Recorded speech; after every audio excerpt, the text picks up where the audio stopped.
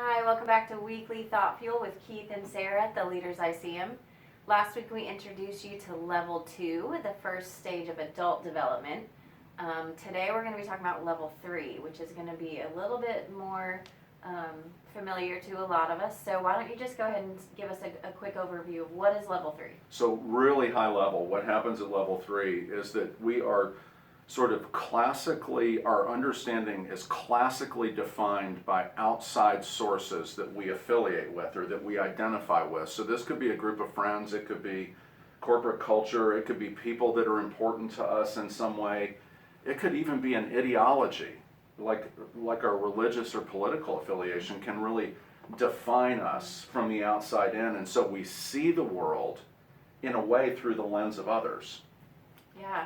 So what does that look like when you put it into the work environment? Yeah, so if we fast forward now into like how's this show up for so many of us in the work environment, there is, listen, it's normal to be here in our 20s. It's normal to be here into our late teens, and it's actually age appropriate and it's part of growing up. But the way it really shows up in work environments is that I feel too concerned with what others think of me, too worried about how I'm being viewed by others. I let circumstances or perspectives define me in a way that when things don't go right, I tend to blame. And from Level 3, from pure Level 3, you have to blame when things go wrong because it's not yours yet. It's coming in from the outside. Yeah.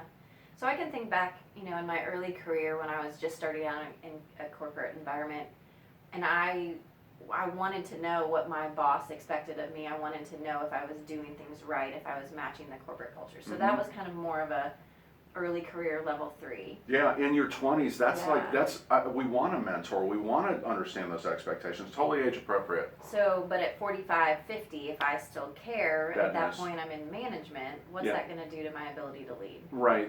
What it's going to do is we are going to seem wishy-washy. We're going to seem wishy-washy to others. We're going to seem ungrounded in our leadership. We are so much harder to follow because not only are people recognizing our need for affirmation or being pleased, but also we're constantly giving that to people who don't need it. So it's,